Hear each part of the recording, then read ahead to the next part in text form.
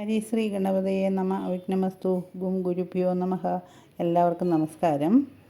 വിവാഹ വിഷയങ്ങൾ അവതരിപ്പിക്കുന്നതിൽ പൊരുത്തചിന്തയിൽ നക്ഷത്രപ്രധാനമായ പൊരുത്തങ്ങളാണ് ഇപ്പോൾ അവതരിപ്പിക്കുന്നത്. അതിൽ തന്നെ ചന്ദ്രക്കൂറിനെ അടിസ്ഥാനമാക്കിയുള്ള രാശിക്ക് പ്രാധാന്യം കൊടുത്തുള്ള പൊരുത്തമായ രാശിപ്പൊരുത്തത്തെ പറ്റി പറഞ്ഞു കഴിഞ്ഞു. 8 വിധം പൊരുത്തങ്ങളിൽ ഇനി രാശ്യാധിപ പൊരുത്തത്തെ പറ്റിയാണ് പറയേണ്ടത്. നമുക്കറിയാം, രാശ്യാധിപ പൊരുത്തത്തിൻ്റെ പ്രാധാന്യം പറയുകയാണെങ്കിൽ മറ്റ് ഒരു പൊരുത്തങ്ങൾ മിക്കവാറും ഇല്ലെങ്കിൽ പോലും ഈ രാശ്യാധിപ പൊരുത്തം ഉണ്ടെങ്കിൽ ഒരു പരിധിവരെ ആ പൊരുത്തദോഷത്തിന് പരിഹാരമാകും എന്നുള്ളത് മനസ്സിലാക്കണം. അത് മനസ്സിൽ വെച്ചുകൊണ്ട് വേണം നമുക്ക് രാശ്യാധിപ പൊരുത്തത്തിൻ്റെ പ്രാധാന്യം മനസ്സിലാക്കുവാൻ. അപ്പം ഇനി അതിനെപ്പറ്റി കുറച്ച് കാര്യങ്ങൾ പറയാം. അതായത് 2 വ്യക്തികളുടെ ലഗ്നാധിപനോ ചന്ദ്രലഗ്നാധിപനോ 2 പേരും തന്നെയോ മിത്രങ്ങളായാൽ ആ വ്യക്തികൾ മിത്രങ്ങളാകുമെന്ന് അറിയാമല്ലോ. 2 ഗ്രഹങ്ങളും സമന്മാരായാൽ 2 വ്യക്തികൾക്കും സ്നേഹമോ വിരോധമോ ഇല്ലാതെ ഉദാസീനരുമായിരിക്കും. 2 ഗ്രഹങ്ങളും ശത്രുക്കളായാലോ അവരാൽ നിയന്ത്രിക്കപ്പെടുന്ന വ്യക്തികളും പരസ്പരം ശത്രുക്കളായിരിക്കും. അപ്പോൾ രാശ്യാധിപ പൊരുത്തത്തിന് ഈ ഗ്രഹമൈത്രി എന്നാണ് പറയുന്നത്. രാശ്യാധിപ പൊരുത്തത്തിൻ്റെ അടിസ്ഥാന തത്വവും ഇതാണ്. അതായത് സ്ത്രീ പുരുഷന്മാരുടെ ജന്മരാശ്യാധിപന്മാർ പരസ്പര മിത്രങ്ങളായാൽ രാശ്യാധിപ പൊരുത്തം ഉണ്ടാകും. അതായത് ദമ്പതികളുടെ മനഃശാസ്ത്രപരമായ ഐക്യത്തെയാണ് ഇത് കാണിക്കുന്നതെന്ന് ചുരുക്കം. ഈ പൊരുത്തം ഉത്തമമായാൽ നല്ല സന്താനങ്ങളുണ്ടാകും. സന്താനം രാശ്യാധിപതി എന്നാണ് വചനം. ദമ്പതികളുടെ ജന്മരാശി അധിപന്മാർ ഒരേ നക്ഷത്രമായി വരുന്നതും അവർ തമ്മിൽ മിത്രങ്ങളായി വരുന്നതും ഉത്തമമാണ്. ജാതകത്തിലെ ശത്രുമിത്രസ്ഥിതി അല്ല ഇവിടെ കണക്കാക്കേണ്ടതെന്ന് അറിയണം. പൊരുത്തത്തിലെ ശത്രുമിത്രം പറയുകയാണെങ്കിൽ രവിക്ക് ഗുരുവും ചന്ദ്രന് ബുധനും ഗുരുവും ചൊവ്വയ്ക്ക് ശുക്രനും ബുധനും, ബുധന് രവി ഒഴിച്ചുള്ളവർ, ഗുരുവിന് കുജൻ ഒഴിച്ചുള്ളവർ, ശുക്രന് ചന്ദ്രനും സൂര്യനും ഒഴിച്ചുള്ളവർ, ശനിക്ക് കുജനും ചന്ദ്രനും സൂര്യനും ഒഴിച്ചുള്ളവർ. ഇങ്ങനെയാണ് ബന്ധുക്കളെ പറയേണ്ടത്. അപ്പം ഈ രാശ്യാധിപ പൊരുത്തം ഉത്തമമായാൽ രാശി, ഗണം, രജു ഇവ മധ്യമമായാലും പരിഹാരമാകുമെന്ന് അറിഞ്ഞുകൊള്ളണം. ഇതിനെ ഒന്ന് വിശദീകരിക്കുകയാണെങ്കിൽ, ഒരു ഉദാഹരണം പറയുകയാണെങ്കിൽ, നമ്മൾ പറഞ്ഞല്ലോ രവിയും ഗുരുവും തമ്മിൽ ബന്ധുക്കളാണ് എന്നുള്ളത്. അതായത് ചിങ്ങം രാശിയിൽ ജനിച്ച സ്ത്രീയുടെയും മകം പൂര ഉത്രം കാല് ഇങ്ങനെയുള്ള ജനിച്ചവർക്ക് ഗുരുക്ഷേത്രമായ ധനുമീനങ്ങളിലെ, അതായത് മൂലം, പൂരാടം, ഉത്രാടം കാല്, അതുപോലെ പൂരിട്ടാതി കാലം, ഉത്രട്ടാതി, രേവതി ഈ നക്ഷത്രക്കാർ യോജിക്കുമെന്ന് അറിഞ്ഞുകൊള്ളണം. ഇങ്ങനെയാണ് ബാക്കിയുള്ള രാശികളിലെയും ഈ ബന്ധുത്വം മനസ്സിലാക്കി പറയേണ്ടത്. ഞാൻ രാശ്യാധിപ പൊരുത്തത്തിന് ഉദാഹരണങ്ങളായിട്ട് സ്ത്രീ പുരുഷ ജാതകങ്ങളിലെ ചന്ദ്രൻ വന്നാലുള്ള അവസ്ഥകൾ പോസ്റ്റ് ചെയ്തിട്ടുണ്ട്. അത് ശ്രദ്ധിക്കുമല്ലോ. അപ്പോൾ ഈ രാശ്യാധിപ പൊരുത്തം അനേകം പൊരുത്തമില്ലായ്മകൾക്ക് പരിഹാരമാകുമെന്ന് നമുക്ക് മനസ്സിലായല്ലോ. അപ്പോൾ ഇനി രാശ്യാധിപ പൊരുത്തമില്ലെങ്കിൽ എന്തായിരിക്കണം പരിഹാരം എന്നുള്ളത് പറയുന്നത് രാശി മൈത്രി ഉണ്ടായിരിക്കണം എന്നുള്ളതാണ്. അതായത് രാശി പൊരുത്തം ഉണ്ടായിരിക്കണം. അതല്ലെങ്കിൽ സ്ത്രീ പുരുഷന്മാരുടെ ചന്ദ്ര നവാംശാധിപന്മാരുടെ മൈത്രി ഉണ്ടായിരിക്കണം.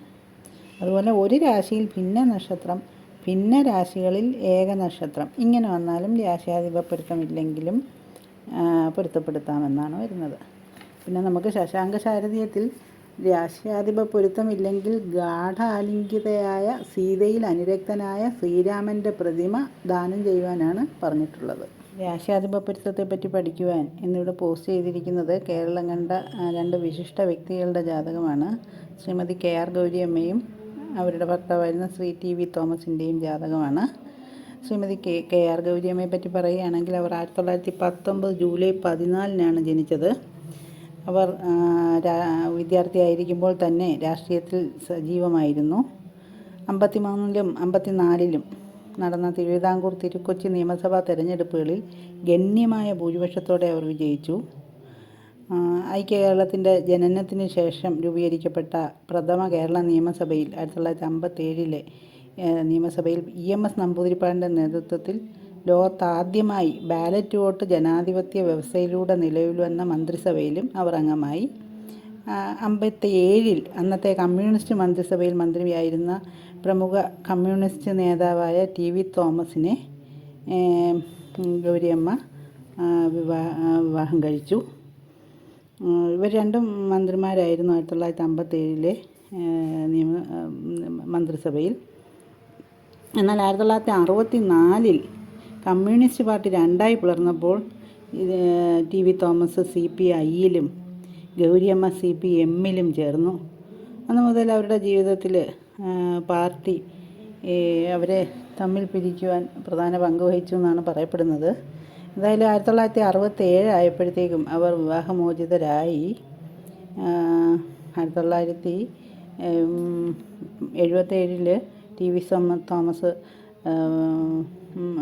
അർബുദബാധയാൽ മരിക്കുകയും ചെയ്തു. TV തോമസ് 1910 ജൂലൈ 2 ജനിച്ചത്. അദ്ദേഹത്തെ പറ്റി പറയുകയാണെങ്കിൽ അദ്ദേഹവും വിദ്യാർത്ഥി ആയിരിക്കുമ്പോൾ തന്നെ രാഷ്ട്രീയത്തിൽ ഇടപെടുകയും താഴേക്കിടയിലുള്ള ജനങ്ങൾക്ക് വേണ്ടി ഒരുപാട് ട്രേഡ് യൂണിയൻ പ്രവർത്തനത്തിലൊക്കെ ഇടപെട്ട ഒരു മികച്ച രാഷ്ട്രീയ പ്രവർത്തകനായിരുന്നു.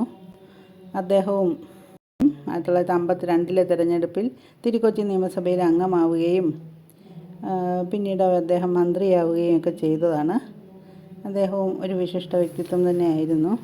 എന്നാൽ ഇവരുടെ ജീവിതത്തെപ്പറ്റി പറയുകയാണെങ്കിൽ അവരുടെ ആ പൊരുത്തം നോക്കുമ്പോൾ രാശിപ്പൊരുത്തവും വശ്യപ്പൊരുത്തവും ഒക്കെ ഉണ്ടായിട്ട് പോലും അവർ തമ്മിൽ ആകൃഷ്ടരായി എന്നുള്ളത് സത്യമാണ്. അവർ വിവാഹവും കഴിച്ചു.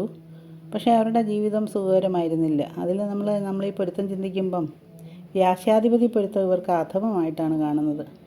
അതായത് ഗൗരിയമ്മയുടെ ജാതകത്തിൽ ചന്ദ്രരാശ്യാധിപതി ശനിയും അദ്ദേഹത്തിൻ്റെ ജാതകത്തിൽ ചന്ദ്രരാശ്യാധിപതി കുജനുമാണ്. അപ്പോൾ ശനിക്ക് കുജൻ ശത്രുവാണെന്നുള്ളത് മനസ്സിലാക്കണം. അപ്പോൾ അവരുടെ ഈ രാശ്യാധിപ പൊരുത്തം വളരെ അധമമായിരുന്നു. അതുകൊണ്ട് തന്നെ ആയിരിക്കണം അവർക്ക് മാനസികമായിട്ടൊരടുപ്പം ഉണ്ടായിരുന്നില്ല. അവർ രണ്ട് ചേരിയിൽ എത്തപ്പെടുകയും പിന്നെ അവർക്ക് പൊരുത്തപ്പെടാൻ സാധിക്കാതെയും ആയി. അവർക്ക് സന്തതികളും ഉണ്ടായില്ല. അപ്പോൾ ഇവിടെ വശപ്പൊരുത്തവും രാശിപ്പൊരുത്തവും ഒക്കെ ഉണ്ടായിട്ട് പോലും ഈ പൊരുത്തം ഇല്ലാത്തത് കൊണ്ട് അവർക്ക് മാനസിക ഐക്യമില്ല എന്നുള്ളത് നമ്മൾ മനസ്സിലാക്കണം. രാശ്യാധിപ പൊരുത്തം പഠിക്കുവാൻ ഏറ്റവും ഉത്തമമായിട്ടൊരു ജാതകമാണ് എനിക്ക് ഇവരുടെ ജാതകം നോക്കിയപ്പോൾ മനസ്സിലായത്. ഇവരുടെ യഥാർത്ഥ ജനന സമയം ലഭ്യമല്ല. അതുകൊണ്ട് അവരുടെ പാപസാമ്യത്തെ പറ്റിയൊന്നും നമുക്ക് ചിന്തിക്കുവാൻ പറ്റുന്നില്ല. അതുപോലെ തന്നെ ഈ ചന്ദ്രൻ്റെ അംശസ്ഥിതിയും നമുക്ക് മനസ്സിലാക്കാൻ പറ്റുന്നില്ല. അപ്പം മിക്കവാറും ഇവരുടെ ഈ രാശ്യാധിപ പൊരുത്തത്തിനെ പറ്റിയ പരിഹാരമൊന്നും അവരുടെ ജാതകത്തിൽ ഉണ്ടായിരിക്കുവാൻ ഇടയില്ല. ഇല്ലെങ്കിൽ അവസാനമായിട്ട് അവർക്ക് തമ്മിലെന്തോ ഒരു ആകൃഷ്ടതയും പരസ്പരം അവർ തമ്മിൽ ഇഷ്ടപ്പെട്ടിരുന്നു എന്നുള്ളത് സത്യമാണ്.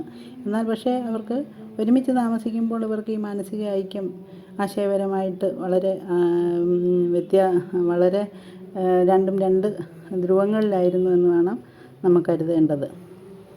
അപ്പം അതുകൊണ്ട് തന്നെ ആയിരിക്കണം അവരുടെ ജീവിതം സുഖകരമാവാതെ വെറും 10 വർഷത്തെ ഒരു ചുരുങ്ങിയ കാലയളവ് കൊണ്ട് അവർ തമ്മിൽ വിവാഹിതരായി. അവർ ഒരുമിച്ച് താമസിച്ച വീട്ടിൽ പോലും മന്ദിരം പോലും രണ്ട് ഭാഗങ്ങളിലായിട്ടാണ് അവർ ജീവിച്ചിരുന്നതെന്നാണ് കൂടെ അന്നുള്ള ആളുകൾ പറയുന്നത്. അപ്പോൾ രാശ്യാധിപ പൊരുത്തം മനസ്സിലാക്കാൻ നല്ല ഉത്തമമായ ജാതകമാണിതെന്ന് എനിക്ക് തോന്നി. അതിവിടെ പോസ്റ്റ് ചെയ്തിട്ടുണ്ട്, എല്ലാവരും ശ്രദ്ധിക്കുമല്ലോ. അപ്പോൾ ഇനി നമുക്ക് ബാക്കി പൊരുത്തങ്ങളെ പറ്റി ഇനിയുള്ള വീഡിയോകളിൽ സംസാരിക്കുന്നതാണ്. എല്ലാവർക്കും ഇത് ഉപകാരപ്പെടുമെന്ന് വിശ്വസിക്കുന്നു. എല്ലാവർക്കും ഇഷ്ടപ്പെടുന്നുവെങ്കിൽ സബ്സ്ക്രൈബ് ചെയ്യുവാൻ മറക്കല്ലേ. നന്ദി, നമസ്കാരം.